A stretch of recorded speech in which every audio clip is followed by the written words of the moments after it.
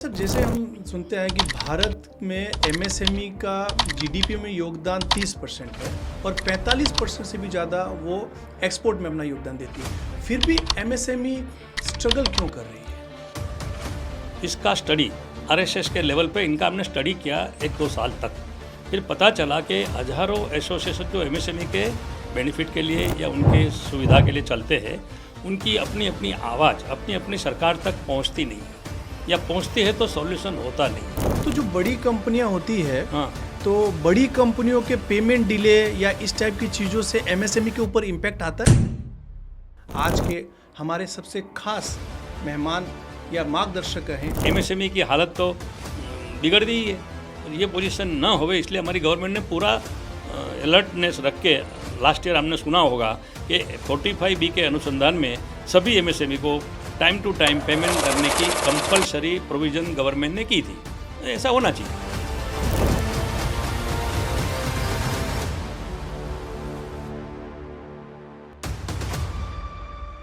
आज का एपिसोड बहुत ही खास है क्योंकि आज हम चर्चा करने वाले हैं एमएसएमई सेक्टर के प्रॉब्लम्स को, उसकी अपॉर्चुनिटीज़ को और उसमें होने वाली छोटी छोटी जो बदलाव है उसको लेकर, और कैसे एमएसएमई सेक्टर में भारत की सबसे बड़ी औद्योगिक संगठन लघु उद्योग भारती अपना योगदान दे रही है। एमएसएमई की प्रॉब्लम्स और उसका सल्यूशन दोनों लघु उद्योग भारती एक पूर्ण रूप से समर्पित संगठन है जो भारतवर्ष से एमएसएमई की प्रॉब्लम्स को सही भी कर रहा है और उसमें अपना योगदान भी दे रहा है उसको सॉर्ट आउट करने में। और उसी चीज़ को लेके हम और भी बहुत सारी बातें करेंगे। आज के हमारे सबसे खास मेहमान या मार्गदर्शक हैं श्री वज्जू भाई वगासिया जी हैं, जो पूर्व राष्ट्रीय अध्यक्ष लघु उद्योग भारती रह चुके हैं। अभी हाल फिलहाल मध्य प्रदेश छत्तीसगढ़ के प्रभारी भी हैं और साथ एक्स चेयरमैन ऑफ प्लेक्सपो इंडिया के भी रह चुके हैं। आइए उनसे जानते हैं कि उनकी जर्नी कैसे एमएसएमई में वो सपोर्ट कर रहे हैं, कैसे एमएसएमई का वो मार्गदर्शन कर रहे हैं, उद्योग भारती के नेतृत्व में एमएसएमई को आगे ले चल रहे हैं। नमस्कार जी, कैसे हैं भाई साहब? मज़े में, एकदम बढ़िया। भाई साहब, लघु उद्योग भारती और एमएसएमई देखा जाए तो एमएसएमई के लिए ही लघु उद्योग भारती काम कर रही है, जिसमें इंडस्ट्रियल की छोटी से बड़ी प्रॉब्लम भी हो गई, पॉलिसी अवेयरनेस भी हो गई, या ऐसी छोटी छोटी चीज़ों पे लघु उद्योग भारती बहुत डिटेल में काम कर रही है। पहले तो हम ये जानना चाहेंगे कि आप कैसे लघु उद्योग भारती में जुड़े, कैसे अपना जो समय है आप लघु उद्योग भारती में दे रहे हैं। इसके अलावा आप तो बहुत सारी जिम्मेदारियों पे भी रह चुके हैं, प्लेक्सपो पे भी आए हुए हैं और आज पूरे भारतवर्ष में आपका भ्रमण भी होता है, प्रवास भी होता है। तो आपकी जर्नी हमें बताएं जो हमें थोड़ा प्रेरणा दे। जी, ऐसा है, लघु उद्योग भारती जब से बना 1994 से, वो क्यों बना ये सबसे बड़ा सवाल है कि पूरे भारतवर्ष में हज़ारों एमएसएमई के एसोसिएशन चलते हैं, फिर भी लघु उद्योग भारती क्यों बना, एक प्रश्न स्वाभाविक रूप से होता है। तो हमने इसका स्टडी आरएसएस के लेवल पे इनका हमने स्टडी किया 1-2 साल तक। फिर पता चला कि हज़ारों एसोसिएशन जो एमएसएमई के बेनिफिट के लिए या उनके सुविधा के लिए चलते हैं, उनकी अपनी अपनी आवाज़ अपनी अपनी सरकार तक पहुंचती नहीं है, या पहुंचती है तो सॉल्यूशन होता नहीं है। वो हिसाब से ये लघु उद्योग भारती की रचना की गई।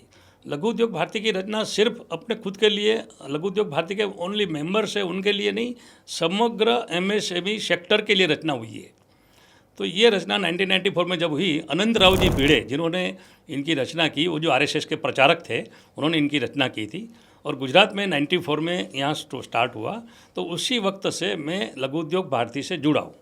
मैं लघु उद्योग भारती का प्रांत का वाइस प्रेसिडेंट रहा, प्रांत का अध्यक्ष भी रहा, राष्ट्रीय उपाध्यक्ष भी रहा और राष्ट्रीय अध्यक्ष भी रहा।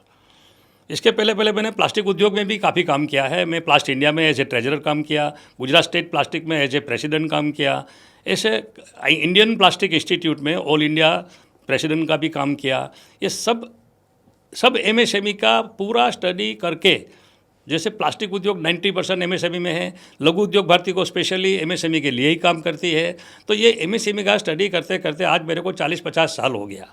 तो मैं कहता हूँ कि एमएसएमई भारत सरकार के लिए, पूरे भारतवर्ष के लिए एक बहुत ही अहम संगठन है जो इकोनॉमी का बैकबोन कहा जाता है। MSME is a backbone of the economy. तो बैकबोन ऑफ द इकोनॉमी के लिए हम जो भी कुछ करें वो हमारे देश के लिए बिल्कुल कम है। रोजगारी क्रिएट करना हो, इन्वेस्टमेंट बढ़ाना हो, हमें इंटरनेशनल लेवल पे एक्सपोर्ट इंपोर्ट करना हो, ये सब चीज़ को अगर देखा जाए तो लघु उद्योग भारती अपने हिसाब से एक संघर्ष करता हुआ और सरकार की मदद से भी आगे बढ़ता हुआ एक बहुत अहम पूरे इंडिया का सबसे बड़ा संगठन है। ये सब जैसे हम सुनते हैं कि भारत में एमएसएमई का जीडीपी में योगदान 30% है और 45% से भी ज़्यादा वो एक्सपोर्ट में अपना योगदान देती है, फिर भी एमएसएमई स्ट्रगल क्यों कर रही है? आपकी बात बिल्कुल सही है। मैंने अभी बोला कि MSME backbone of the economy है, 45% से भी ज़्यादा एक्सपोर्ट है और उनका जीडीपी में 30% से भी ऊपर उनका कंट्रीब्यूशन है, मगर फिर भी एमएसएमई अपने हिसाब से एक संघर्ष करता सेक्टर है। उनको बड़े यूनिटों के सामने जो कॉम्पिटिटिवनेस मिलनी चाहिए वो शायद कम मिलती है। इंटरनेशनल लेवल का raw material rate, international level का पावर रेट, इंटरनेशनल लेवल का समझो कि लेबर की अगर बात करें तो लेबर अपने यहाँ चीप है। एक चीज़ में हम थोड़ा पॉजिटिव है। तो मेरा कहने का मतलब ये कि एमएसएमई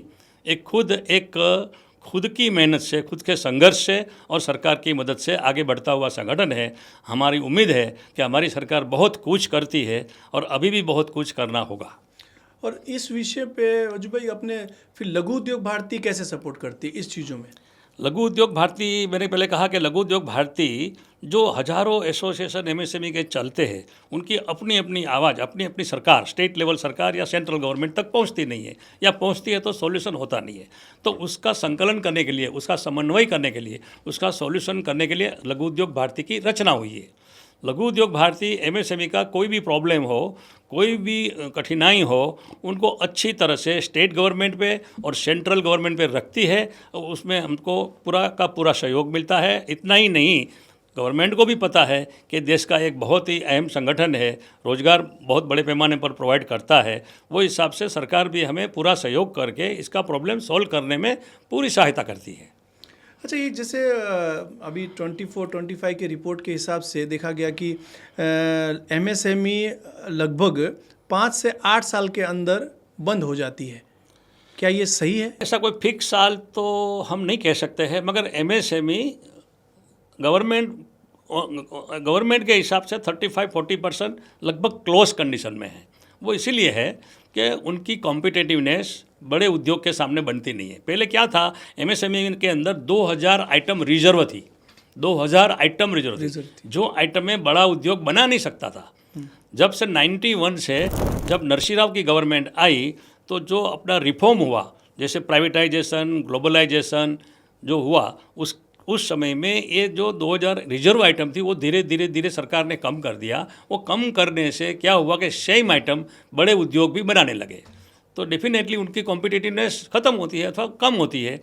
फिर भी गवर्नमेंट ने बहुत कुछ सपोर्ट करके, एक्सपोर्ट में सपोर्ट करके, कुछ अलग अलग किस्म की सब्सिडियाँ, जैसे capital subsidy, interest subsidy, export के लिए सब्सिडी, ऐसा कुछ करके काफ़ी अच्छी तरह सहायता की है।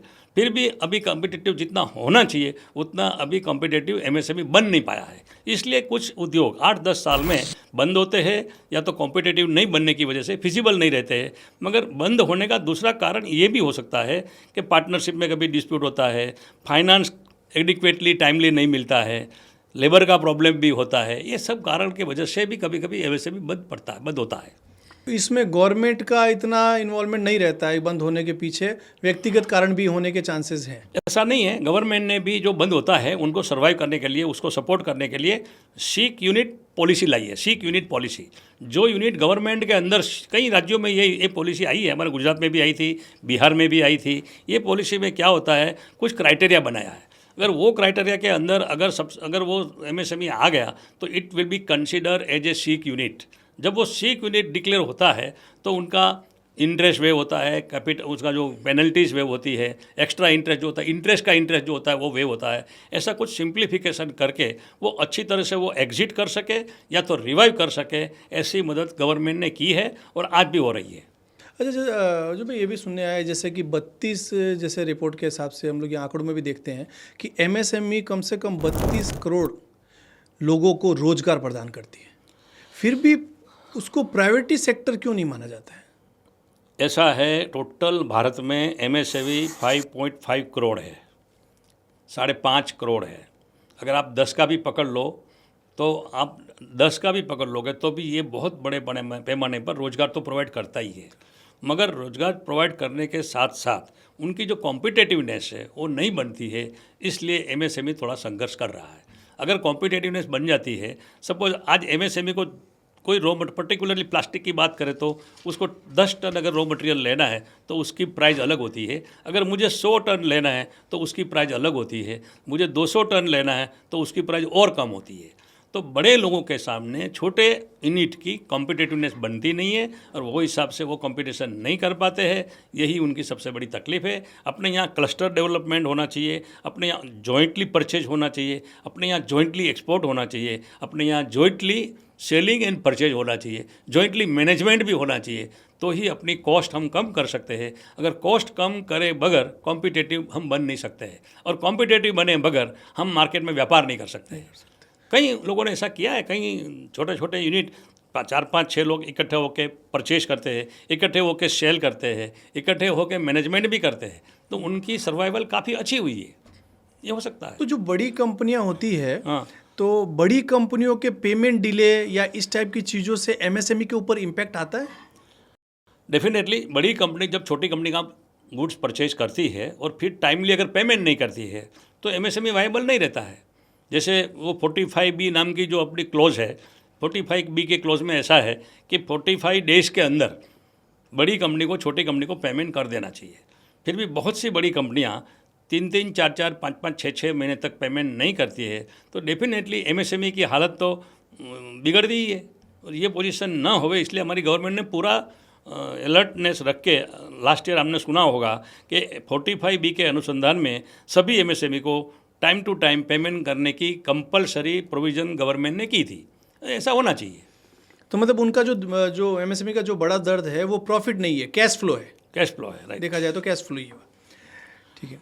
अच्छा, ये हर साल जब भी बजट आता है मजू भाई, तो बहुत से बजट में एमएसएमई की बात होती है, एमएसएमई पे थोड़ा काम भी किया जाता है, लेकिन वो ग्राउंड लेवल पे उसका इम्पैक्ट शायद दिखता नहीं है। ऐसा क्यों?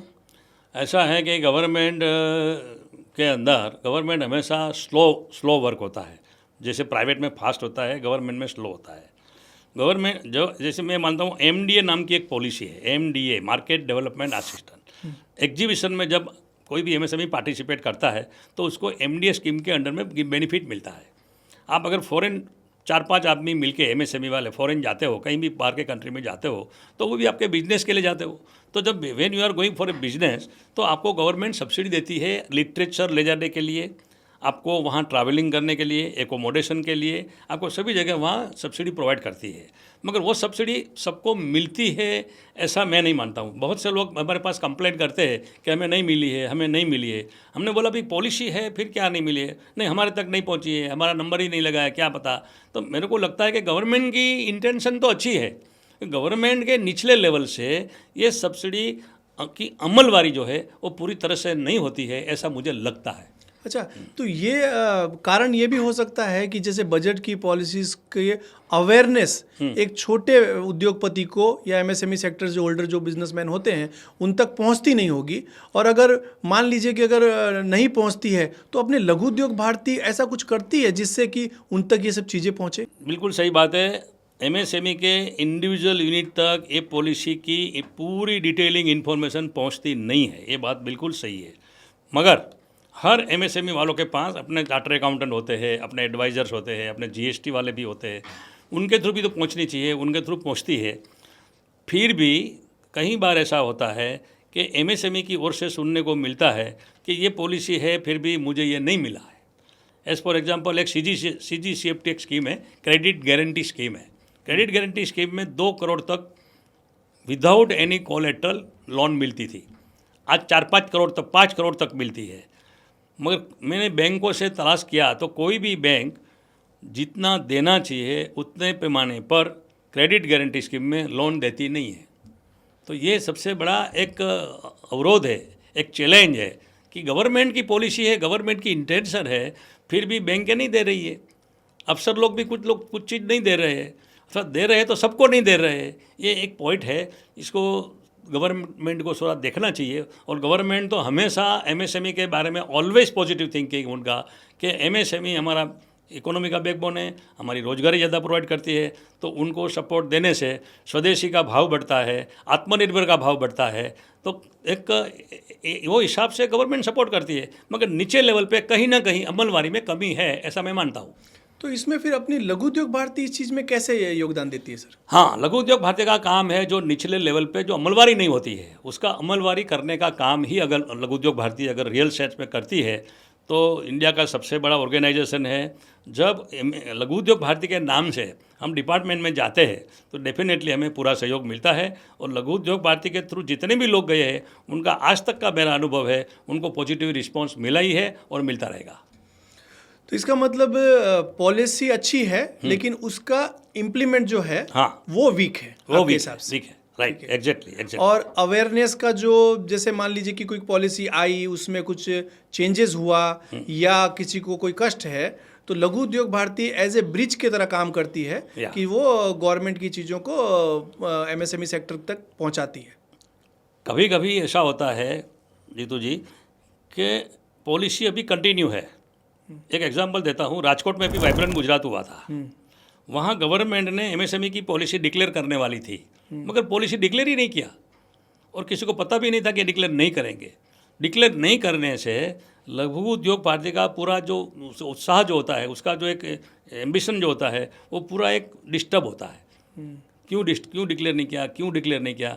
कभी कभी तो क्या होता है कि आज ग्रांट नहीं है, ऐसा करते करते करते साल भर निकल जाता है और साल भर तक जो एलिजिबिलिटी है, जो रियल उनको मिलने वाला है, वो नहीं मिलता है।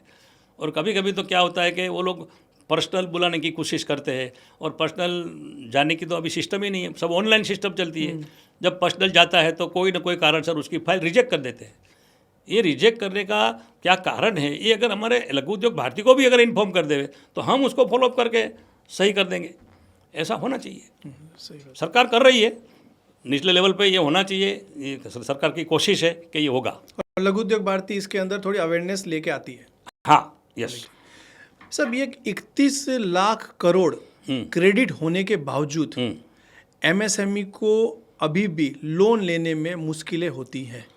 ये चीज़ बहुत पुरानी है। जब से पहली बार भाजपा की सरकार 14 में आई, सबसे पहले हम भारत के हमारे फाइनेंस मिनिस्टर थे जेटली जी, हम जेटली जी को मिलने गए थे। हमने एक ही बात कहा था, सर छोटे छोटे उद्योगों के प्रति फाइनेंस का फ्लो बढ़े, ऐसा कुछ करना चाहिए। बिल्कुल फाइनेंस का फ्लो छोटे उद्योग की तरफ नहीं है। छोटे उद्योग को लोन मिलती नहीं है और मिलती है तो भी टाइमली और एडिक्वेटली मिलती नहीं है। अगर ये हम नहीं करेंगे तो हमारा सबसे बड़ा सेक्टर जो है, बैकबोन ऑफ इकोनॉमी है, वो कभी भी ये डाउन हो सकता है। और ये एमएसएमई, जैसे हम लोग भारत को 5 ट्रिलियन इकोनॉमी ले जाने की बातें चल रही है, तो क्या लगता है कि एमएसएमई भारत को 5 ट्रिलियन इकोनॉमी बना सकती है? डेफिनेटली एमएसएमई ही भारत को 5 ट्रिलियन इकोनॉमी बना सकती है। आप समझ सकते हो, हमने अभी फिगर दिया कि हमारा 30% जीडीपी में कंट्रीब्यूशन, 45% हमारा समझो एक्सपोर्ट में कंट्रीब्यूशन, हमारा इन्वेस्टमेंट बड़े उद्योगों के सामने 50% से भी ज़्यादा है। हमारी एम्प्लॉयमेंट आप देखो, 5.5 करोड़ इंडस्ट्री है। अगर एक इंडस्ट्री 5 को भी रोज़गार देता है तो हमारी रोजगारी कहाँ पहुँचती है, ये सब देखते डेफिनेटली ये 5 ट्रिलियन करोड़ की इकोनॉमी अगर बनानी है तो लघु उद्योग भारती को गवर्नमेंट की ओर से, निचले लेवल से, मीडियम लेवल से, सभी लेवल से अगर प्रोत्साहन मिलेगा तो ही होगा, अदरवाइज ये करना बहुत मुश्किल है। क्योंकि संगठन बड़ा है तो उसके आगे टीम भी बहुत बड़ी है। हमारी भी कोशिश है, लघु उद्योग भारती की खुद की कोशिश है कि हम सरकार को सहयोग करें और 5 ट्रिलियन इकोनॉमी बनाने के लिए हम हमारे लघु उद्योग भारतीयों का जो प्रॉब्लम है, लघु उद्योग वालों का, एमएसएमई वालों का जो प्रॉब्लम है, वो हम सॉल्व करके उनका इंस्पिरेशन पूरा करें तो ये हो सकता है कि 5 ट्रिलियन इकोनॉमी हो जाएगी। अच्छा, एमएसएमई अगर जिस तरह से कहते हैं कि हम लोग अगर भारत के भविष्य की निर्माण या 5 ट्रिलियन इकोनॉमी के साथ में हम एमएसएमई को लेके देखना चाह रहे हैं, तो उस हिसाब से देखा जाए तो एमएसएमई बहुत पावरफुल है। तो इसको लघु उद्योग भारती में जुड़ना क्यों चाहिए, संगठित क्यों होना चाहिए, उसके पीछे थोड़ा आपका मार्गदर्शन दिए। हमारे यहाँ इंडिया में हम एमएसएमई बोलते हैं, पूरे वर्ल्ड में इसको एसएमई बोलते हैं। पूरे वर्ल्ड में एसएमई का बहुत इम्पोर्टेंस है। यूनिट जरूर छोटा है मगर रोजगारी पर जो इन्वेस्टमेंट के प्रमाण में रोजगारी ज़्यादा है। इसलिए अगर ये इसको हम बढ़ावा देंगे, इसको हम प्रमोट करेंगे तो ही हमारी इकोनॉमी आगे बढ़ सकती है। और ये इसलिए ज़रूरी है कि आजकल कभी कोई भी छोटे से छोटा देश है वो एसएमई के ऊपर ही ज़्यादा निर्भर होता है। बट इसका मतलब ये नहीं है कि बड़े उद्योग की ज़रूरत नहीं है, बड़े उद्योग भी ज़रूरी है। बड़े उद्योग भी एक्सपोर्ट बहुत करते हैं, रोजगारी भी देते हैं, पर compare to small they are giving very कम रोजगारी। तो इसमें लघु उद्योग भारती का कैसे रहता है कि मान लीजिए कि लघु उद्योग भारती एक संगठन है जिसमें सबको संगठित करती है, और तो जो एमएसएमई सेक्टर के जो व्यापारी हैं उनको लघु उद्योग भारती से क्यों जुड़ना चाहिए और जुड़ने के बाद में उन्हें क्या मिलता है? लघु उद्योग भारती के साथ इसलिए जुड़ना चाहिए कि लघु उद्योग भारती से जुड़ने से उनका डायरेक्ट टच सेंट्रल गवर्नमेंट और स्टेट गवर्नमेंट से होता है। स्टेट गवर्नमेंट की जो गवर्नमेंट ऑफिशियल्स है या सेंट्रल गवर्नमेंट के गवर्नमेंट ऑफिशियल्स है या मिनिस्ट्री लेवल है, वहाँ लघु उद्योग भारती की जो इंप्रेशन है, उसकी जो क्रेडिबिलिटी है, उनकी जो गुडविल है, वो गुडविल अन्य की इसलिए नहीं हो सकती है कि अन्य एमएसएमई एसोसिएशन बहुत छोटी छोटी मात्रा में है, डिस्ट्रिक्ट लेवल के है, रीजन लेवल के है, स्टेट लेवल के है, मगर उसकी मेंबरशिप ग्रोथ जो आप देखो तो हार्डली 500, 1000, 2000 से लेके 10,000 तक होती है। आज की तारीख में लघु उद्योग भारती का लाइफ मेंबर मोर देन 70,000 है, और अगर रेगुलर मेंबर गिने तो हमारा 100,000 मतलब कि 1 लाख से भी हमारे मेंबर ज़्यादा है। 33 स्टेट में हमारा नेटवर्क है, 650 जिले में हमारा नेटवर्क है।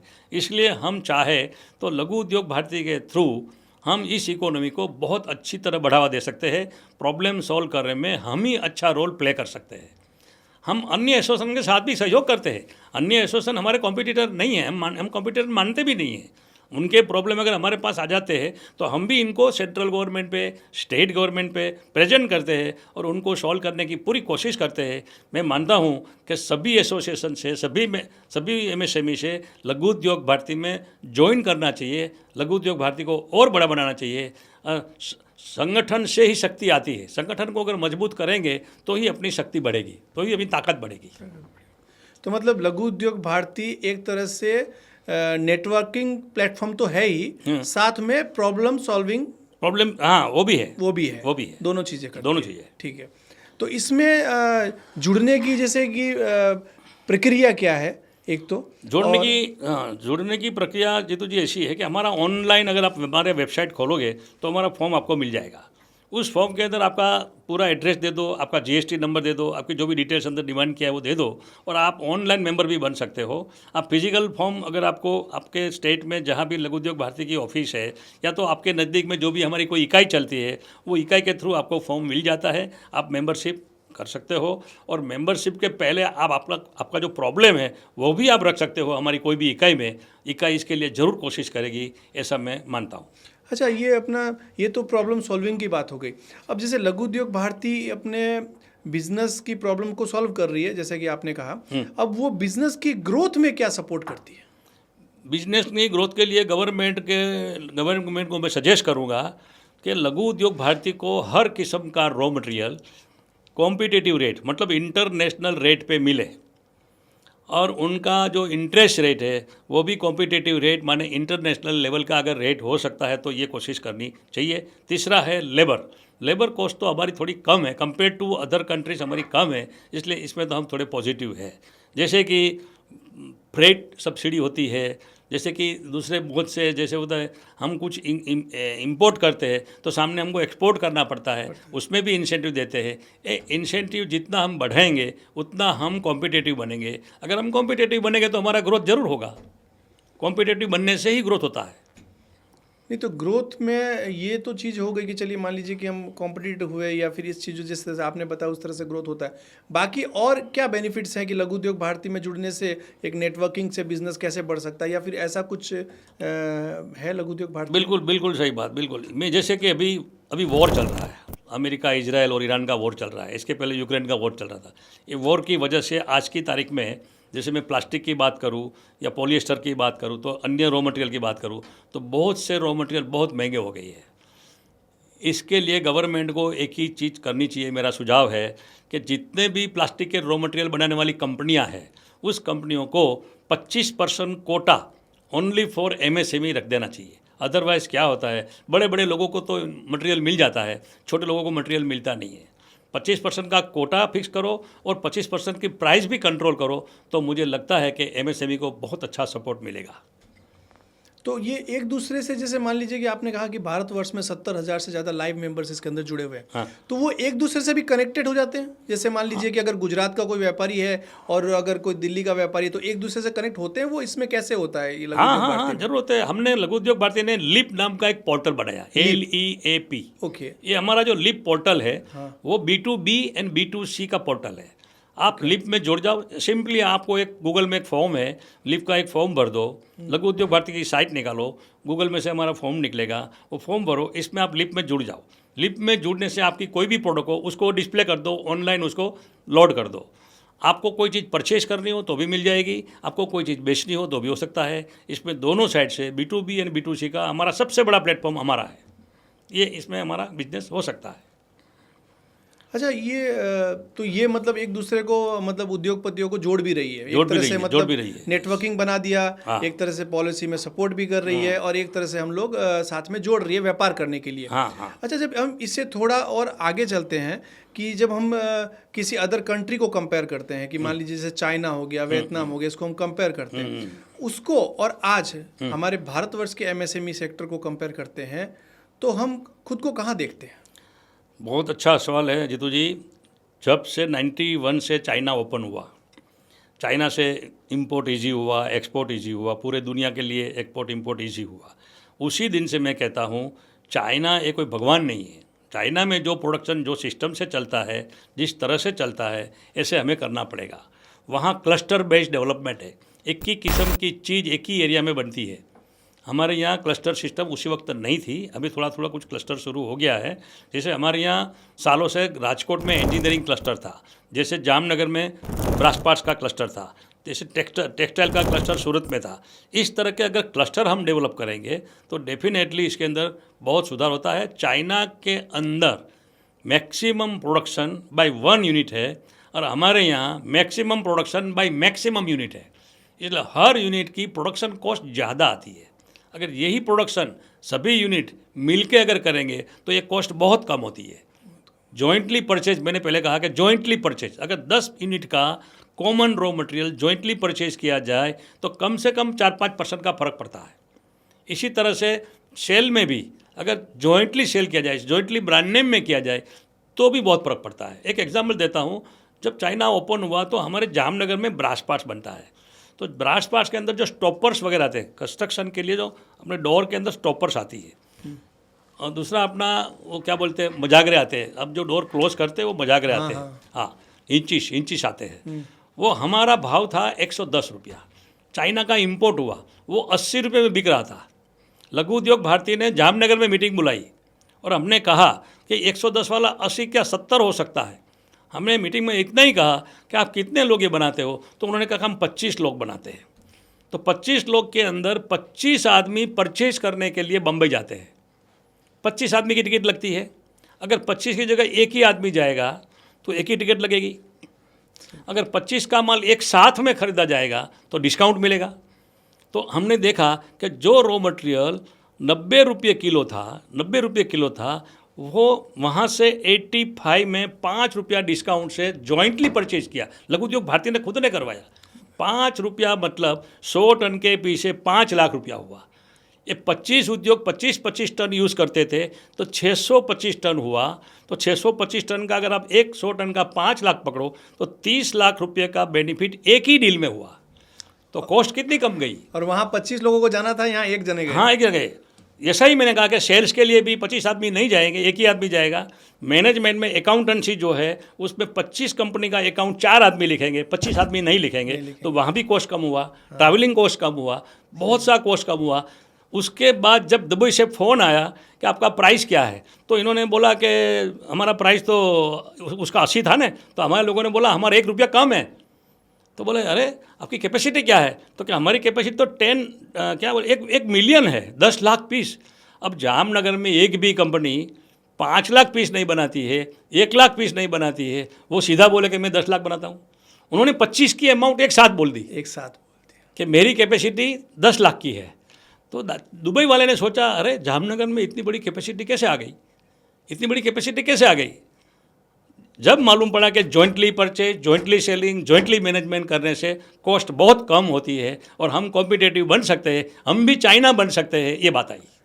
मतलब एक तरह से एकत्रित किया गया, सबको संगठित किया गया और संगठित होने के जो फायदे थे वो हमें हाथों हाथ मिले।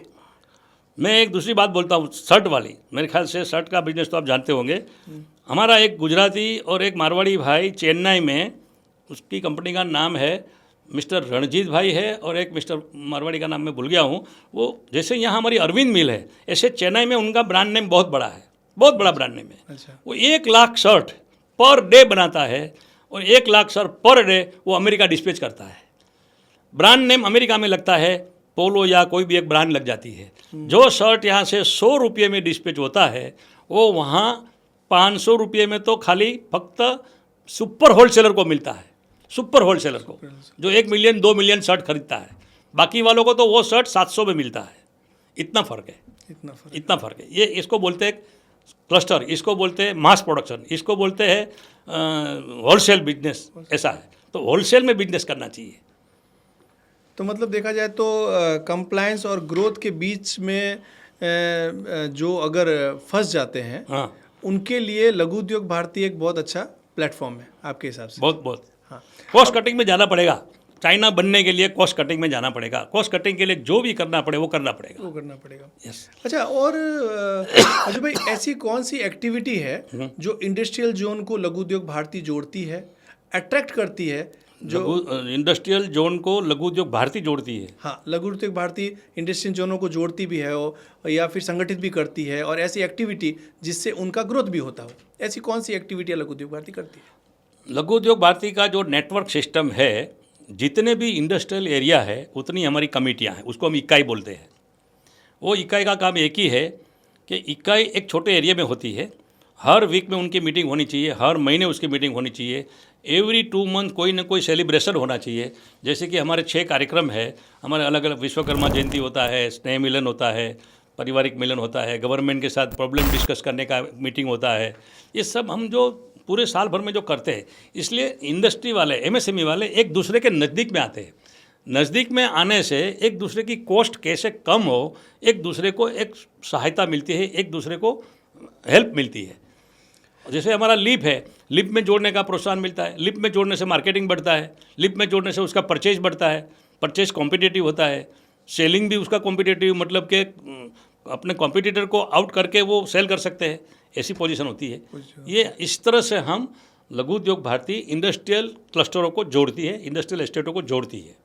अच्छा, एक और बात, जैसे आपके अनुभव से आपको तो शायद पता भी, जैसे आप एक्स प्लेक्सपो इंडिया के भी चेयरमैन रह चुके हैं और नेशनल प्रेसिडेंट लघु उद्योग भारती भी रह चुके हैं। क्या फ़र्क है और इसमें कि प्लेक्सपो चेयरमैन रहना और आपके लघु उद्योग भारती में क्या फ़र्क है? लघु उद्योग भारती और प्लेक्सपो दोनों का फ़र्क एक ही है, वो सिर्फ प्लास्टिक के क्लस्टर का ही एसोसिएशन है। इसमें ओनली प्लास्टिक वाले हैं। लघु उद्योग भारती में सभी सेक्टर है, इसमें फार्मा है, केमिकल है, इंजीनियरिंग है, टेक्सटाइल है, सब है। जबकि प्लेक्सपो जो है वो एक बहुत ही अच्छी फ्लैगशिप इवेंट ऑफ गुजरात है, मगर पूरे ऑल इंडिया बॉडी के ओर है। इसके अंदर प्लास्टिक के अंदर मास्टरी जिसको बोलते हैं ना, हर चीज़ में एक मास्टरी होती है। जैसे हमारा कोई भी चीज़ हो तो उसके अंदर डिटेलिंग में जाना हो, तो अपने को, हमने भी ये जो एग्जीबिशन हमने एक ऑर्गेनाइज जो किया, अभी जो डिक्लेयर किया है IIF, इंडिया इंडस्ट्रियल फेयर, इसमें हमने एक ही चीज़ रखी है कि हर चीज़ का डोम, मतलब हर चीज़ का क्लस्टर होना चाहिए। क्या उसको बोलते हैं, पूरा एक हॉल होना चाहिए।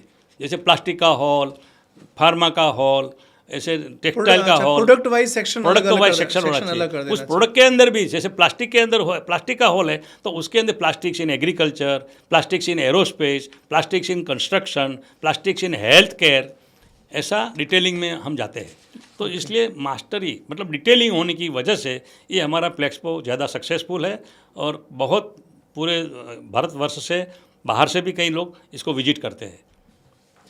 तो अभी जैसे अपने हाल फिलहाल जो IIF है, इंडिया इंडस्ट्रियल फेयर, तो हाल फिलहाल हमारे गुजरात में होने वाला है, तो कब होने वाला है और कहाँ होने वाला है? इंडिया इंडस्ट्रियल फेयर IIF जो है वो गुजरात में अक्टूबर महीने में 23, 24, 25 और 26 अक्टूबर को होने वाला है। ये हमारा 15वां फेयर है। ये हमारी IIF है वो लघु उद्योग भारती की एक फ्लैगशिप ब्रांड है। ये ब्रांड हम अलग अलग सिटी में अलग अलग जगह पे अलग अलग टाइम में करते हैं। जैसे हमारे पहले राजकोट में हुआ था, 12वां 13वां हुआ था। इसके बाद भिवानी में हुआ था, वो भी 13वां 14वां हुआ था। इसके बाद हमारा गुवाहाटी में हुआ था जो 14वां हुआ था। 15वां हमारा भी हो रहा है। हमारे को 15वां नंबर मिला है। ये पूरा ऑल इंडिया लेवल का होगा, मगर उसका फोकस गुजरात होगा। उसका फोकस गुजरात होगा। गुजरात के MSME को मैक्सिमम पार्टिसिपेट करने का मौका मिले, इस तरह का हमारा प्रचार प्रसार अभी चल रहा है। नेबरिंग स्टेट से भी हमारा प्रचार है, मगर फिर भी ये एक MSME को स्ट्रॉन्ग करने वाली बात है।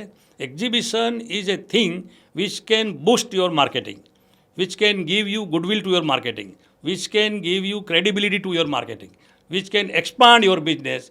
इवन आपको मालूम होगा कि हम पेपर में एडवर्टाइजमेंट पढ़ते हैं और एग्जीबिशन भी देखते हैं। एडवर्टाइजमेंट हम पढ़ने के बाद भूल जाते हैं, मगर एक बार हमने स्टॉल विजिट कर लिया वो हम जिंदगी भर नहीं भूलेंगे। तो सीइंग इज बिलीविंग, जो देखा है वही हम मानते हैं, जो पढ़ा है वो हम भूल जाते हैं।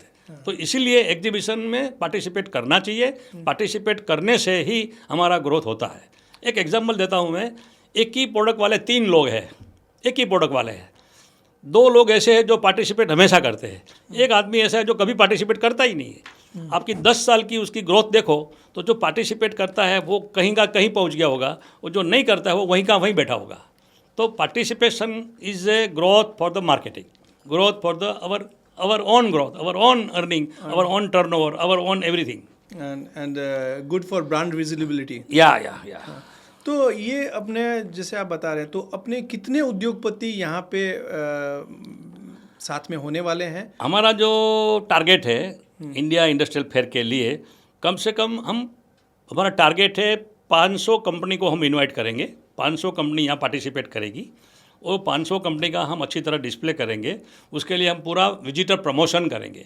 वो 500 कंपनी जो आएगी उनको अगर विजिटर नहीं मिलेगा तो कोई फ़ायदा नहीं है। तो विजिटर का प्रमोशन हम कम से कम 8-10 सिटी में, इंडिया के जाने माने 8-10 सिटी में उसका हम विजिटर प्रमोशन करेंगे। विजिटर आएंगे तो ही स्टॉल वालों का माल बिकेगा, उनका ब्रांड नेम बिकेगा, उनका माल भी बिकेगा, उनका ब्रांड नेम होगा, गुडविल होगी, क्रेडिबिलिटी होगी। तो ये हमारा प्रयास है कि 500 कम से कम कंपनी आएगी। और गवर्नमेंट के साथ, गवर्नमेंट के कुछ डिपार्टमेंट ऐसे हैं जो MSME को प्रमोट करते हैं, जैसे रेलवे डिपार्टमेंट है, डिफेंस है, एरोस्पेस है, इसरो है। ये सभी को हम बुलाएंगे क्योंकि वो MSME लोगों से गुड्स परचेज करते हैं। तो ये एक किस्म का एक कॉम्बिनेशन होगा, परचेज करने वाले और सेलिंग करने वाले का कॉम्बिनेशन होगा। वहाँ हम कुछ सेमिनार भी करेंगे, वेंडर डेवलपमेंट, जैसे कि किसी को रेलवे में सप्लाई करना हो, किसी को डिफेंस में सप्लाई करना हो, तो उसके लिए हम वेंडर डेवलपमेंट का कार्यक्रम भी करेंगे, सेमिनार भी करेंगे। इस तरह से हम IIF को प्रमोट करेंगे। तो इसमें किस तरह की इंडस्ट्री IIF में जुड़ने वाली है? हमने अभी जो फोकस किया है, मेनली प्लास्टिक वालों को बुलाया है, इंजीनियरिंग वालों को बुलाया है, टेक्सटाइल वालों को बुलाया है, एग्रीकल्चर वालों को बुलाया है, एग्रीकल्चर फूड प्रोसेसिंग वालों को बुलाया है। ऐसे हमने 5-6 सेक्टर को ज़्यादा बुलाया है, मगर ऐसे तो हमने टोटल 10 सेक्टर रखे हैं। जितने भी सेक्टर चलते हैं MSME सभी को बुलाया है, मगर हमारा फोकस अभी mainly plastic, textile, pharma and engineering, ये हमारा ज़्यादा फोकस है। तो नहीं, अब जैसे कि हम लोग देखते हैं ज़्यादातर जो एग्जीबिशंस होते हैं वो पर्टिकुलरली एक प्रोडक्ट को लेके होता है, या तो प्लास्टिक का हुआ या गारमेंट का या टेक्सटाइल होगा। तो ये IIF जो ये कर रही है, मल्टी प्रोडक्ट्स को एक प्लेटफॉर्म के नीचे ला रही है, क्या लगता है कि ये चीज़ सही है? एक्चुअली IIF मल्टी प्रोडक्ट को प्रमोट करती है और इसी में किसी 2-4 प्रोडक्ट को फोकस करती है। जिसको फोकस करती है उसको ज़्यादा बेनिफिट होता है, मगर जिसको फोकस नहीं करती है उनको बेनिफिट ये होता है कि उनकी जो आइटम है, उनकी जो प्रोडक्शन है वो पब्लिक के सामने कभी कभी आती ही नहीं है, जो पब्लिक को देखने मिलती है। कई चीज़ें ऐसी है जो फर्स्ट टाइम बन रही है या तो कहाँ मिलती है वो पता नहीं है। ऐसा पब्लिक जब विजिट करती है तो उनको देखने को मिलता है कि ये चीज़ यहाँ बनती है। तो ऐसे लोगों को भी हम प्रमोट करते हैं। तो इसमें IIF में जो मेंबर जो पार्टिसिपेट करना चाहते हैं तो वो सिर्फ लघु उद्योग भारती के मेंबर ही होते हैं कि कैसे? नहीं, ऐसे में लघु उद्योग भारती के मेंबर नहीं है, वो भी पार्टिसिपेट कर सकते हैं। और पार्टिसिपेट करते वक्त अगर वो लघु उद्योग भारती के मेंबर बनते हैं तो उसको हम स्पेशल डिस्काउंट देते हैं। उसके लिए हमने स्पेशल डिस्काउंट रखा। लघु उद्योग भारती के मेंबर के लिए जो डिस्काउंट है वही डिस्काउंट नए पार्टिसिपेंट अगर उसी वक्त मेंबरशिप लेता है तो उनको मिल जाता है, तो इसलिए उनको भी फायदा है। ठीक है। हाँ। और अब जैसे एमएसएमई सेक्टर को तो काफ़ी स्टेट की या सेंट्रल गवर्नमेंट की सब्सिडी भी शायद मिलती है, तो एग्जीबिशंस को लेके भी सब्सिडी का प्रावधान है? हाँ, एग्जीबिशन में गवर्नमेंट की अभी एक पॉलिसी है एमडीए पॉलिसी में मार्केट डेवलपमेंट असिस्टेंस जो पॉलिसी है उसमें 80% सब्सिडी मिलती है। मगर जिस दिन वो पार्टिसिपेट करेंगे उसी वक्त ये अगर पॉलिसी चालू होगी तो उनको डेफिनेटली मिलेगा, अगर चालू नहीं होगी तो ये उनको नहीं भी मिल सकता है। ऐसा हम एश्योरेंस नहीं दे सकते कि सब्सिडी मिलेगी ही। आज की तारीख में सब्सिडी पॉलिसी चालू है, आज की तारीख में वो अगर पार्टिसिपेट करेंगे अप्रैल एंड तक में तो उनको मिल सकती है। आज 24 तारीख है, कल 25 तारीख है, हमारी असेंबली कल पूरी होती है। अभी हमारा वाइब्रेंट गुजरात होने वाला है सूरत में, वहाँ पॉलिसी डिक्लेयर करेंगे। ये पॉलिसी सब अप्रैल एंड में ख़त्म होती है मेरे ख्याल से, मेरे हिसाब से। ये अभी चालू है, मतलब ये कंटिन्यू करते हैं कि इसमें कोई प्लस करते हैं, इसमें कोई माइनस करते हैं, वो अपने को सूरत में मालूम पड़ेगा। In advance we can not say कि नहीं ये ऐसा होगा वैसा होगा ऐसा ही होगा, ऐसा हम नहीं कह सकते हैं। ये गवर्नमेंट है तो हमको अभी सूरत अभी है मेरे ख्याल से अप्रैल में के मई में ही है, तो उसी वक्त डिक्लेयर हो जाएगा। और सब्सिडी जहाँ तक हो सके वो चालू ही रहती है। मगर ये युद्ध की वजह से, अब देखो अभी माहौल युद्ध का है, कोई और सेक्टर को बढ़ावा देना है, कोई और सेक्टर को हेल्प करने जैसा है, ऐसा होता है तो शायद सब्सिडी कट भी होती है, सब्सिडी आगे भी बढ़ती है, दोनों चीज़ है। It depends on the subsidy policy continue रहे क्योंकि हमारा जैसे कि शायद आईएफ अक्टूबर में आने वाली है, और पॉलिसी की जो बात हो रही है वो अभी की हो रही है, तो मे भी चांसेस है कि मगर हमारा प्रयास ऐसा है कि सब्सिडी सब जो अगर चालू नहीं रही तो लघु उद्योग भारती कुछ ना कुछ पार्टिसिपेंट को बेनिफिट मिले, ऐसा कुछ काम करेगा। गवर्नमेंट की मदद से, गवर्नमेंट से बात करके वो करेगा। और गवर्नमेंट ने हमें इंश्योरेंस दिया है कि लघु उद्योग भारती ये जो प्रोग्राम करती है उसमें हमारा पूरा सहयोग रहेगा।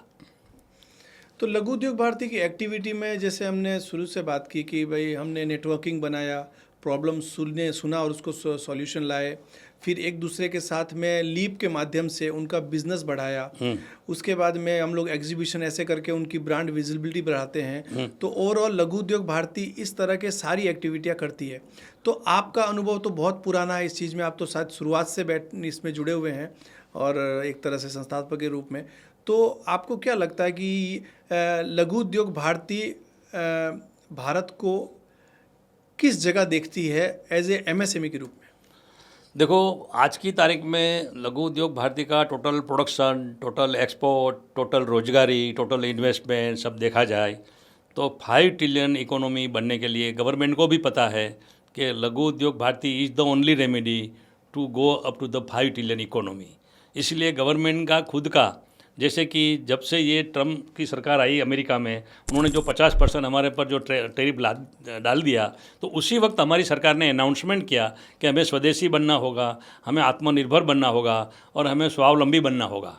तो स्वावलंबी बनने के लिए तो एमएसएमई यानी कि एक लघु उद्योग, एक small scale industry is the only best example for the स्वदेशी, बेस्ट एग्जाम्पल फॉर द स्वावलंबन। तो डेफिनेटली सरकार का पूरा सहयोग इसमें रहेगा और सरकार हमारे साथ रहेगी, ऐसा मुझे पूरा भरोसा है। हम बड़ी इंडस्ट्री को भी डेवलप करना चाहते हैं।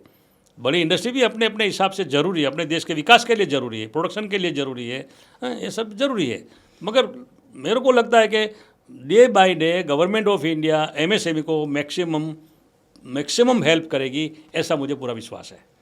तो वजू भाई, अपने साल भर से या 2 साल में आपका ऐसा कोई अनुभव या ऐसी कोई स्टोरी जो लघु उद्योग भारती का जो कार्य प्रणाली है वो मतलब एक तरह से गवर्नमेंट भी उसमें शौक हो जाएगी, हाँ लघु उद्योग भारती ने ये किया, ऐसा कुछ शॉकिंग ऐसा अनुभव? लघु उद्योग भारती का अचीवमेंट की मैं बात करूं, लघु उद्योग भारती का अभी तक में अचीवमेंट क्या है, ये बहुत ज़रूरी है। लघु उद्योग भारती जब से शुरू हुए, हमने सबसे पहला अचीवमेंट किया था वाजपेयी साहब की गवर्नमेंट में। एक्साइज का जो लिमिट था वो 40 लाख का था, वो हमने बढ़ा के 1 करोड़ कर दिया। ये पहला अचीवमेंट था हमारा। और वाजपेयी साहब जब वो प्राइम मिनिस्टर नहीं थे, वो मेंबर पार्लियामेंट थे, तो वो लघु उद्योग भारती के प्रभारी थे वो। और उन्होंने प्राइम मिनिस्टर बनने के बाद स्टेज के ऊपर से अनाउंस किया कि मैं लघु उद्योग भारती का प्रभारी था, मैं उसकी लिमिट बढ़ा नहीं सका था, मगर आज मैं अनाउंस करता हूँ, यहाँ सब अफसर बैठे हैं, मंत्री बैठे हैं, कि इनकी लिमिट 1 करोड़ की जाए और इसका तुरंत अमलवारी किया जाए। ऐसा अनाउंसमेंट किया था। It was our first achievement. उसके बाद एक्साइज के अंदर हमें क्रेडिट नहीं मिलती थी। आप कोई भी गुड्स बाहर निकालते हो तो उसी वक्त पेमेंट करना पड़ता था। हमने 1 महीने की क्रेडिट करवाई थी एक्साइज के अंदर। एक्साइज के अंदर कभी क्रेडिट नहीं होती है, वो हमने करवाया था। तीसरा है कि हमारा जो ओरिजिन सर्टिफिकेट, हम कुछ एक्सपोर्ट करते हैं तो एक ओरिजिन सर्टिफिकेट इनवॉइस के साथ जोड़ना पड़ता है। ये ओरिजिन सर्टिफिकेट का पावर ये हमारी व्यापार मिनिस्ट्री ने हमें ये पावर दिया। आज हम वो सर्टिफिकेट इश्यू करते हैं, सभी एक्सपोर्टर को लघु उद्योग भारती का ओरिजिन सर्टिफिकेट मिलता है। ये हमारा अचीवमेंट है। ऐसे कई अचीवमेंट है, जैसे सर्विस टैक्स आया था तो सर्विस टैक्स में लघु उद्योग भारती सुप्रीम कोर्ट में गई थी और अपना केस वो जीत के आई थी, हमारा विक्ट्री हुआ था। मगर ऐसा था कि ट्रांसपोर्टरों ने हमारे सामने फाइट किया और ट्रांसपोर्टर की लॉबी बहुत स्ट्रॉन्ग थी। उन्होंने हमारी असेंबली के अंदर, हमारे लोकसभा के अंदर वो पूरा कायदा इस तरह से करवाया कि जैसे कि आप कोई चीज़ ट्रांसपोर्ट से मंगाते हो तो सर्विस देने वाला तो ट्रांसपोर्टर है, तो सर्विस टैक्स तो उनको लगना चाहिए, इसके बजाय आपको लगता है। ये उल्टा होता है। हम जीत के आए थे फिर भी हम कुछ नहीं कर पाए थे, ऐसा भी कभी कभी होता है। हाँ, सामने वाला जब हमारा जो सामने वाला आदमी है वो ज़्यादा स्ट्रॉन्ग होता है तो उनकी बात भी कभी कभी असेंबली मान लेती है, कोर्ट मान लेती है और करना पड़ता है, ऐसा है। तो मतलब अचीवमेंट्स भी देखा जाए तो लघु उद्योग भारती के बहुत सारे बहुत अचीवमेंट है, बहुत अचीवमेंट है।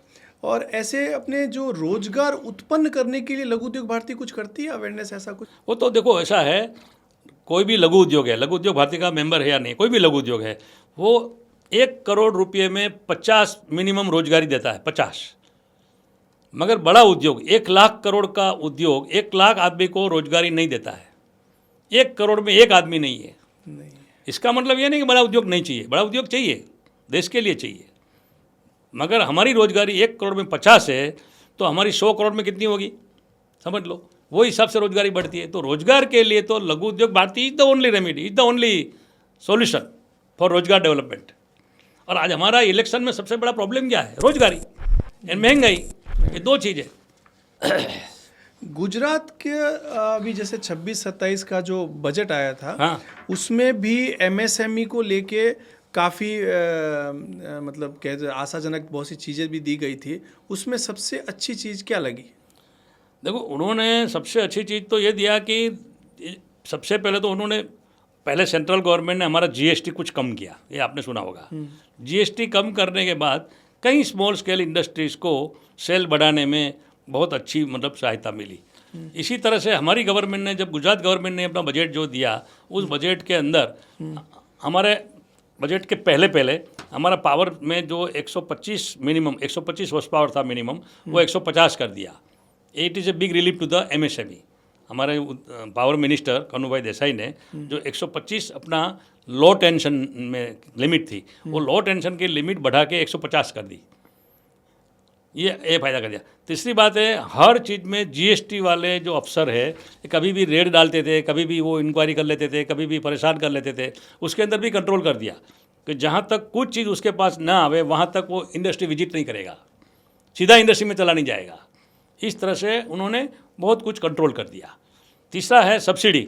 सब्सिडी मैंने आपको कहा कि वो पॉलिसी अभी तैयार हो रही है, वो भी डिक्लेयर होगी, तो पॉलिसी में डेफिनेटली पॉजिटिव ही होगा, नेगेटिव नहीं होगा।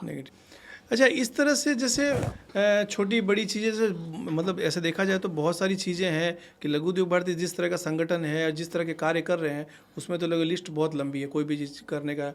तो अब मान लीजिए कि कोई नया इंडस्ट्री खोलता है या बिजनेस करता है तो वो हर तरह के भाई सर्टिफिकेट भी लेता है, हर तरह का, उसको लघु उद्योग भारती से जुड़ने से तुरंत में क्या फ़ायदा मिलता है? लघु उद्योग भारती से नए आदमी को जुड़ने से उनके जितने भी रजिस्ट्रेशन सर्टिफिकेट है वो टाइमिंग उसका जो है वो जल्दी आने की संभावना बढ़ जाती है। क्या है, जब आप एक common member when he goes to government और इसे वो बोलता है कि मैं लघु उद्योग भारती का मेंबर हूँ और मुझे ऐसा ऐसा काम है, तो अफसर उनको सही ढंग से जवाब देता है। जैसे कि दूसरा कोई जाएगा तो उनको पता चलेगा कि इसका कोई कॉन्टैक्ट है नहीं, वो कहीं ऐसी कोई बड़ी मेंबरशिप नहीं है, तो वो रूटीन से जो करता है वैसे काम करेगा। मगर लघु उद्योग भारती का नाम सुनते ही उनको पता चलेगा कि अगर मैं ये काम नहीं करूँगा तो कल कोई ना कोई उसके ऊपर वाले जो लोग हैं, कोई वाइस प्रेसिडेंट है, कोई सेक्रेटरी है, कोई एरिया का ट्रेजरर है, वो कोई ना कोई आएगा और मुझे करना होगा, तो ये पहले से मैं क्यों ना करूँ। तो ये उनको खुद को भी लघु उद्योग भारती का काम मैं करता हूँ और मेरे पास कोई आता है तो मैं तुरंत उनको हेल्प करता हूँ, ऐसा दिखाने के लिए भी वो काम जल्दी करता है। मतलब स्टार्टिंग में कोई भी अगर बिजनेस करे तो उसको लघु उद्योग भारती से जुड़ना ही चाहिए। तो ये लघु उद्योग भारती तो सिर्फ इंडस्ट्रियलिस्ट को जोड़ती है, बाकी ट्रेडर उडर इस टाइप की जो बिजनेस करते हैं उनको इसमें सम्मिलित नहीं करती है ना? नहीं करती है। जहाँ मैन्युफैक्चरिंग मतलब डेफिनेशन में मैन्युफैक्चरिंग होता है उसको लघु उद्योग भारती जोड़ती है, उसको मेंबर बनाती है। It should be consider as a manufacturing, this is a manufacturing.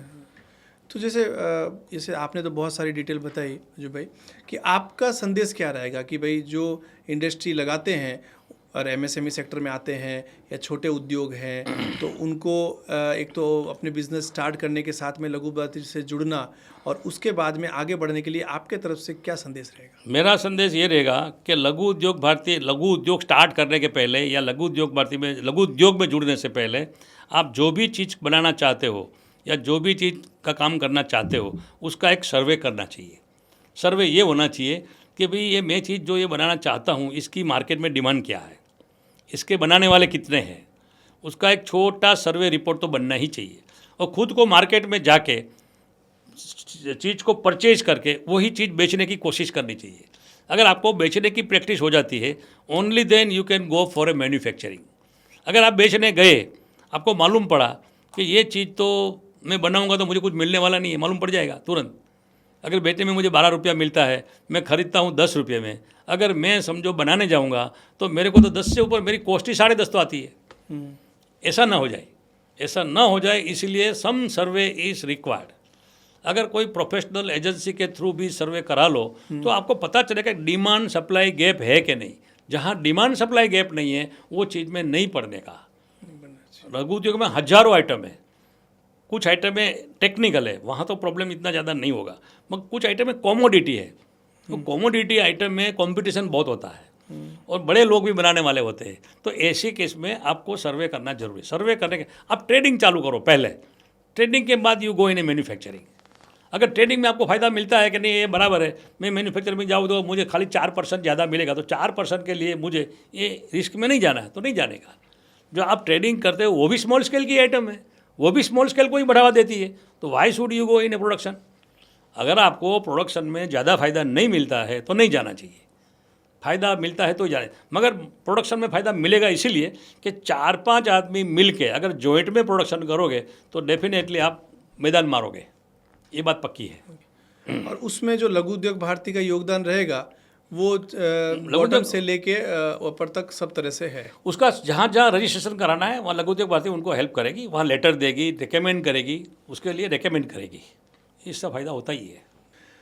जी भाई, आपसे तो हमें बहुत सारी जानकारी मिली जो शायद अपने जो लघु एमएसएमई सेक्टर के बिजनेस वाले होंगे या वे छोटे मोटे उद्योगपति होंगे उनको बहुत सारा कुछ सीखने को मिलेगा और जानने को मिलेगा। अब हम आपसे सिर्फ अंत में ये जानना चाहेंगे कि जो लघु उद्योग भारती के ऑलरेडी जुड़े हुए हैं, जिनको थोड़ी अवेयरनेस कम हो या फिर जो नए जुड़ने वाले हैं, उन सब के लिए आपका एक संदेश क्या रहेगा? IIF के लिए मेरा संदेश ये रहेगा कि हर जितने भी ये लघु उद्योगकार है जिनकी प्रोडक्ट पूरे इंडिया में या पूरे गुजरात में सेल हो रही है, ऐसे लोगों को पार्टिसिपेट करना चाहिए। इसीलिए कि एक तो लघु उद्योग भारती है इंडिया का सबसे बड़ा एसोसिएशन है, दूसरा है लघु उद्योग भारती का ये 15वां एग्जीबिशन है। इसके पहले जो गुवाहाटी में हुआ था, भिवानी में हुआ था, राजकोट में हुआ था, जयपुर जोधपुर में हुआ था, वहाँ बहुत से विजिटरों ने विजिट किया है। तो हमारा भी एक प्रयास है कि हम पूरे इंडिया से विजिटर को बुलाएंगे और ये विजिटर आने से ही प्रोडक्ट की वैल्यू बढ़ती है, विजिटर आने से ही अपना सेल बढ़ता है, विजिटर आने से अपनी गुडविल, अपनी क्रेडिबिलिटी, अपनी ब्रांड नेम सब कुछ विजिटर से बढ़ता है। तो हम अपने पार्टिसिपेंट को एश्योरेंस करते हैं कि हम आपके लिए पूरे गुजरात से तो बुलाएंगे ही, पर पूरे इंडिया के जो मेन सिटी में हम जो विजिटर प्रमोशन करेंगे वहाँ से हम लोगों को इनवाइट करेंगे और वहाँ से लोगों को यहाँ बुलाएंगे। और विजिटर प्रमोशन ये हमारा मेन फोकस रहेगा only for those who are participating in the IIF, India industrial fair. इतना ही नहीं, हम वहाँ कुछ वेंडर डेवलपमेंट प्रोग्राम करेंगे। जैसे आपको रेलवे में सप्लाई करना है तो हमारे रेलवे डिपार्टमेंट के परचेज डिपार्टमेंट से अफसरों को बुलाएंगे। पूरे साल भर में रेलवे कितना परचेज करता है, क्या क्या आइटम का परचेज करता है, उसका हम सैंपल के साथ डिस्प्ले करेंगे। अगर आप ये आइटम बनाते हो तो हम इतना परचेज करते हैं, ये आइटम बनाते हो तो हम इतना परचेज करते हैं। तो आप आपका रजिस्ट्रेशन करा के आप आपका बिजनेस को बढ़ावा दे सकते हो। इस तरह से हम विजिटर प्रमोशन करेंगे। और रेलवे का हमारा फोकस है ही, रेलवे डिफेंस ये दोनों हमारा फोकस है, हम दोनों से बुलाएंगे। तो पर्टिकुलरली इंजीनियरिंग इंडस्ट्री को मैं आह्वान करता हूँ कि आपको पार्टिसिपेट करना चाहिए और रेलवे या डिफेंस या एरोस्पेस में सप्लाई करने के लिए आपकी चीज़ को आपको आगे बढ़ाना चाहिए। ऐसा मेरा मैसेज है, ऐसा मेरा संदेश है। क्या लघु उद्योग भारती के जो जुड़ने वाले लोग हैं उनके लिए एक संदेश देना है? हाँ, लघु उद्योग भारती से क्या क्या फायदा है? और जो जुड़े हुए हैं उनके लिए तो फायदा है ही, मगर जो जुड़ने वाले हैं उनको भी हम सेम फायदा इसलिए देंगे कि वो जुड़ते वक्त वो हमारे मेंबर बन जाएंगे, तो उसको एक स्पेशल डिस्काउंट भी मिल जाएगा और उनको भी ये सब विजिटर का फ़ायदा मिलेगा। जितने भी विजिटर आएगा उनका फ़ायदा ऐसा नहीं है कि उनका फ़ायदा सिर्फ जुड़े हैं उनको ही मिलता है। विजिटर तो सबको देखने वाले हैं, जुड़े हुए उनको देखने वाले हैं, नहीं जुड़े हुए उनको भी देखने वाले हैं। बाद में पता चलेगा कि ये आदमी लघु उद्योग भारती में जुड़ गया है, मगर सभी को बेनिफिट मिलेगा, ऐसा हम एश्योरेंस देते हैं। हमारा काम तो एक ही है कि जो पार्टिसिपेट करेगा उसको अच्छे कस्टमर मिलने चाहिए, ये हमारा फोकस है। कस्टमर नहीं मिलेंगे तो पार्टिसिपेट करने का मतलब ही क्या है? सही बात है। हाँ, कस्टमर देना वो हमारा काम है, विजिटर बुलाना वो हमारा काम है, विजिटर प्रमोशन करना वो हमारा काम है। ये वो इसलिए होगा, देखो हमारे पूरे इंडिया में 33 डिस्ट्रिक्ट में 650 डिस्ट्रिक्ट में हमारा नेटवर्क है। हमारे हर नेटवर्क पर हम प्रचार प्रसार करेंगे।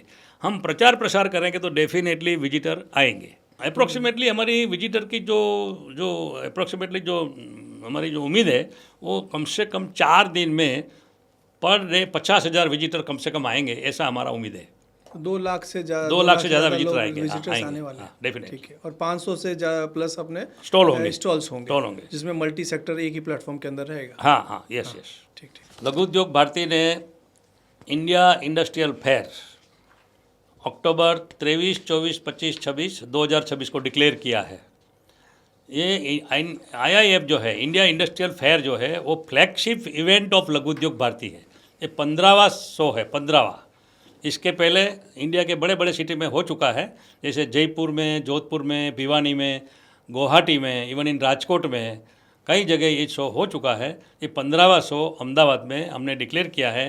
तो ये शो में आप ज़रूर विजिट कीजिए, ચોક્કસ તમે વિઝિટ કરો, એટલા માટે કે લઘુ ઉદ્યોગ ભારતી એ અખિલ ભારતીય સંગઠન છે જેના ઓલ ઓવર ઇન્ડિયામાં 33 જિલ્લામાં 650 જિલ્લામાં 33 રાજ્યમાં એનું નેટવર્ક ફેલાયેલું છે। તો સમગ્ર જિલ્લાઓમાંથી વિઝિટર આવશે અને એ વિઝિટરોનો ફાયદો લેવા માટે આપે ત્યાં આવવું જોઈએ, આપણો સ્ટોલ રાખવો જોઈએ અને આપણી પ્રોડક્ટને આપણે પ્રમોટ કરવી જોઈએ, એનું બ્રાન્ડ નેમ બનાવવું જોઈએ, એની ગુડવિલ બનાવવી જોઈએ અને ક્રેડિબિલિટી ક્રિએટ કરવી જોઈએ। હું આપને ફરીથી રિક્વેસ્ટ કરું છું, આપ લઘુ ઉદ્યોગ ભારતીના IIF એક્ઝિબિશનમાં આવો। ગાંધીનગરમાં હેલીપેડ ખાતે આપણે આનું આયોજન કરેલ છે અને સરકારશ્રી તરફથી અમને ખાતરી મળી છે કે બધી રીતે આપને સહયોગ મળશે, એની મને પૂરો વિશ્વાસ છે। लास्ट तक जुड़े रहने के लिए बहुत बहुत धन्यवाद। आपने सुना कि जैसे हमने वजू भाई ने बताया कि लघु उद्योग भारती एक छोटी जगह से छोटी इंडस्ट्री से लेके बड़ी से बड़ी इंडस्ट्री को सपोर्ट करती है। एक छोटे विस्तार से लेके नेशनल लेवल तक उसको पॉलिसी में रिलेटेड कुछ प्रॉब्लम हो या कोई गवर्नमेंट को लेके कुछ इश्यूज़ हो या उसके बिज़नेस डेवलपमेंट में कोई इश्यूज़ हो या कोई सर्टिफिकेशन को लेके इश्यूज़ हो, तो सारे चीज़ों को देख के लघु उद्योग भारती एक ऐसा प्लेटफॉर्म है जो लघु उद्योग भारती उसको नेशनल लेवल से जोड़ती है। साथ ही साथ उनको बिज़नेस डेवलपमेंट में लीप पोर्टल, IIF जैसे एग्जीबिशन और इस तरह की गतिविधियों से उसको और से और आगे उसका बिज़नेस बढ़े, उसका उद्योग बढ़े और उद्योग के साथ साथ राष्ट्र हित में भी वो कार्य कर सके, ऐसा कार्य लघु उद्योग भारती कर रही है। लघु उद्योग भारती में सारे कार्यकर्ता लघु उद्योग भारती के ही व्यापारी हैं जो ऑलरेडी उस प्रॉब्लम को समझते हैं, जानते हैं और उसमें ऑलरेडी वो चीज़ों को फेस कर चुके होते हैं, तो वो एक्सपीरियंस भी उनको मिलता है। तो सबसे बड़ा जो फ़ायदा है वो नेटवर्किंग का है और नेटवर्किंग के साथ साथ में ग्रोथ का भी है। तो हमने वजू भाई से जाना कि डिटेल में कि लघु उद्योग भारती MSME की प्रॉब्लम, MSME में जो अपॉर्चुनिटी है उनकी प्रॉब्लम और आगे जाके ये 5 ट्रिलियन इकोनॉमी में कैसे MSME जॉइंट होगी, उसके बारे में हमने वजू भाई जी से बहुत विस्तार में समझा। वजू भाई इसके लिए बहुत बहुत धन्यवाद, आप हमसे जुड़े, आपने हमें इतना कुछ बताया, उसके लिए बहुत बहुत धन्यवाद। थैंक यू, धन्यवाद।